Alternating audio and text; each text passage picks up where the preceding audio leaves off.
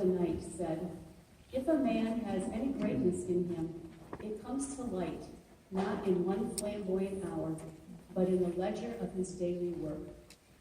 To the extent Marco has this correct, Professor Larry Louders is one of the great ones. He has been teaching chemistry at Calvin College since 1984. He earned his undergraduate degree from Dorr College and his PhD in biochemistry from the University of Iowa. He received Calvin's Most Distinguished Teaching Award in 2012, the Presidential Award for Exemplary Teaching. Professor Louders was also recognized as being one of the 300 best professors in the United States in a 2012 release by Princeton Review. And Professor Louders was a featured speaker in Calvin's outstanding January series. But these moments, significant as they are not what makes Professor Louders great. Tonight we recognize him as the honors student's choice for their convocation speaker, and that is fitting. Professor Louders, in addition to teaching both introductory and advanced chemistry and biochemistry courses, has sustained his own diabetes research. He has earned prestigious research grants to support this work, and he has mentored summer research students nearly every year that he has been at Calvin. Students who have gone on to graduate schools and science careers because of the excellent training Professor Louders and his colleagues do faithfully every day, year in, year out. It is one thing to work with great students and talented students, but Professor Louders recognized long ago that the desire to understand and do science well begins long before one arrives at college.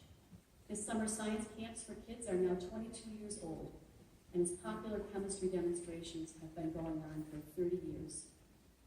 Last spring, I bumped into an excited group of local kids just leaving the campus after visiting one of those chemistry demonstrations. When I asked what brought them to Calvin, one youngster said, with great enthusiasm and earnestness, that she had just met Bill Nye, the science guy. I did not correct her. I figured that someday when she was deciding on what college to attend, her thinking that Bill Nye teaches at Calvin College could be good for recruitment.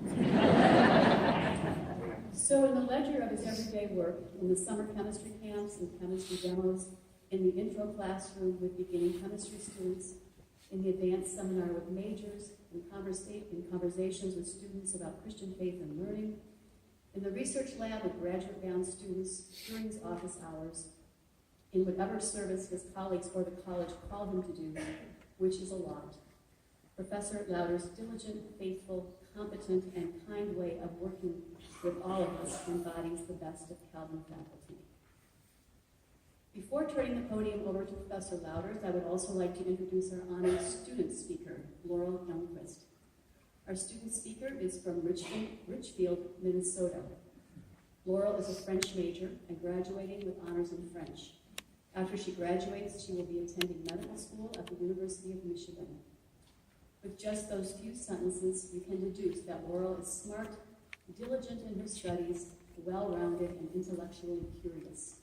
The faculty who know Laurel affirm all these things. But here are some things you might not know about Laurel. As I mentioned, she's from Minnesota. I am told that she lives fully into that part of her identity. She prides herself on being impervious to cold, has a wonderful sense of self-deprecating humor about her accent, and is one of the most deeply, genuinely nice people one could ever hope to meet. Laurel, I'm told, rivals her fellow Minnesotan, Garrison Keeler, with her hilarious stories. She is one person who can tell corny dad jokes with such conviction and passion that people genuinely laugh at them and not groan. Despite an impressive list of accomplishments, people who know Laurel best describe her as a humble, genuine, intentional, and reflective young woman.